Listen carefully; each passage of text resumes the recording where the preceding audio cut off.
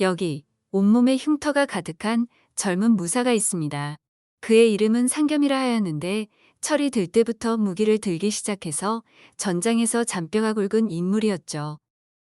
나의 젊은 날은 이렇게 전장에서 피고 지는가?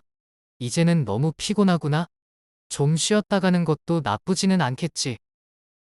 그렇게 상겸은 피로 물든 전장을 뒤로하고 마음의 안정을 꾀하기 위해 잠시 고향집에 들른 것이었죠. 그래, 이렇게 오랜만에 너를 보니까 이 어미는 너무 기쁘구나. 이왕 온 것 푹 쉬었다 가렴. 어머니, 저는 오래 머물지는 못하옵니다. 다만 여기 머무는 동안은 다른 생각하지 않고 어머니와 함께 평온하게 지내고 싶사옵니다. 그렇게 집에서 며칠간을 평온한 나날을 보내고 나니 이제는 자신이 몸담았던 전장에 대한 생각이 나기 시작하는 것이었습니다. 한 며칠 동안은 정말 좋았는데 이제는 좀 있으셔 못 견디겠구나. 전장에서 맛볼 수 있었던 그 강렬한 느낌이 그리워지기 시작하는구나. 그렇게 하루하루를 보내던 그는 어느 날 고을 안에 있는 아름다운 정원을 발견했답니다. 여기는 뭐 하는 곳인가? 집은 그저 허름한 오두막인데 정원은 참으로 아름답기 그지없구나. 상겸은 야트막한 담장 너머로 평생 처음 보는 아름다운 정원을 넋놓고 구경하고 있었죠. 그때 오두막의 문이 열리며 주인인 듯한 젊은 여인이 모습을 드러내는 것이었습니다. 저희 집 정원이 마음에 드시는 듯하군요. 아, 죄송하오. 이렇게 남의 집을 엿보려던 건 아니었는데 정원에 피어있는 꽃들이 정말 아름다워서 나도 모르게 큰 무례를 범하였소이다. 여인은 빙긋이 미소 지으며 말하는 것이었습니다. 아니옵니다. 제가 가꾼 정원을 이리도 아름답다 느껴주시니 제가 다 감사하지요. 자, 이리로 들어와서 마음껏 구경하시지요. 여인은 선뜻 대문을 열어주며 상겸을 자신의 정원으로 들여보내 주었답니다. 그런데 그 정원 안에는 각종 꽃들만 있는 것이 아니라 연못이 하나 있었죠. 연못 안에는 크고 화려한 비단잉어들이 여유롭게 논일고 있었답니다. 잉어들이 참으로 큼직한 것이 실해 보이는군요. 그렇사옵니다. 이것들 역시 정원의 일부이지요. 상겸은 의아한 듯 되물었죠. 잉어들이 정원의 일부라. 그거 참 이상하군요. 본디, 정원의 주인공은 아름다운 꽃들 아니었는지요? 물론 그렇사옵니다. 하지만 꽃들이 제대로 여물고 또 그 감미로운 향기를 풍기기 위해서는 잉어들이 필요하지요. 여전히 의문이 풀리지 않은 듯한 상겸에게 여인은 계속해서 말을 이어나가는 것이었습니다. 이 잉어들이 얼마나 살 것이라 생각하시옵니까? 물고기 같은 미물이야 그리 오래 살지는 못하겠지요. 맞사옵니다. 그렇다면 저 연못 안에서 생을 마친 잉어들이 어디로 갈 것이라고 생각하십니까? 글쎄, 혹시 낭자가 잡아먹는 것 아니오? 여인은 다시 가볍게 웃으며 대꾸했죠. 저는 더 맛있는 것을 먹지요.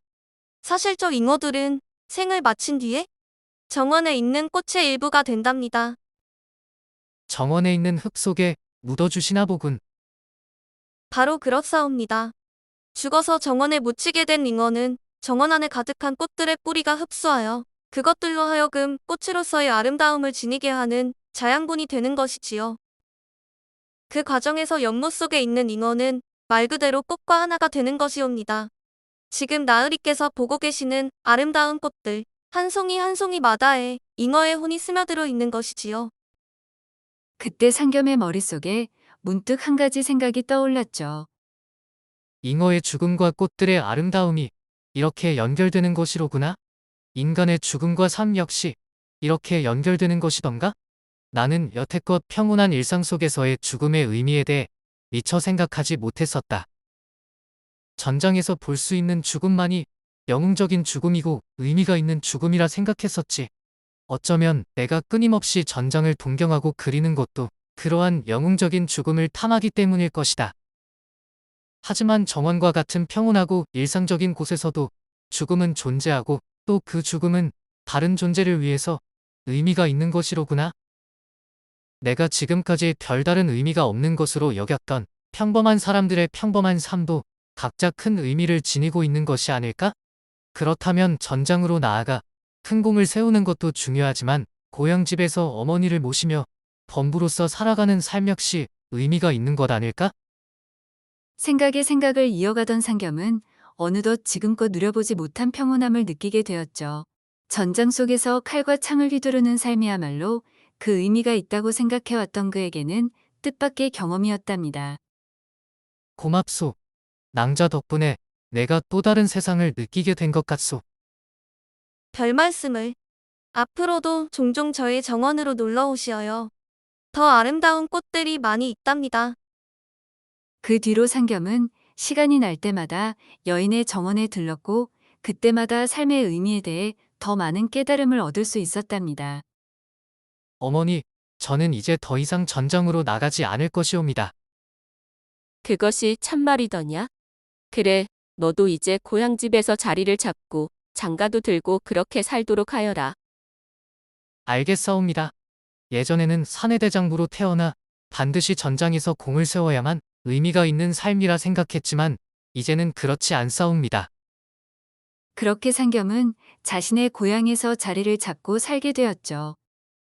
그렇다면 정원을 가꾸던 그 여인과는 어찌 되었을까요? 글쎄요.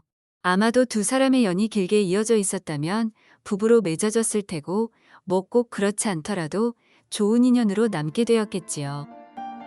오늘도 영상 시청해주신 모든 분들께 감사드립니다. 여러분들 역시 일상의 의미를 잘 깨닫는 하루하루 되시기 바래요. 그럼 저는 다음 영상으로 다시 찾아뵐게요. 다들 건강하시고 행복하세요.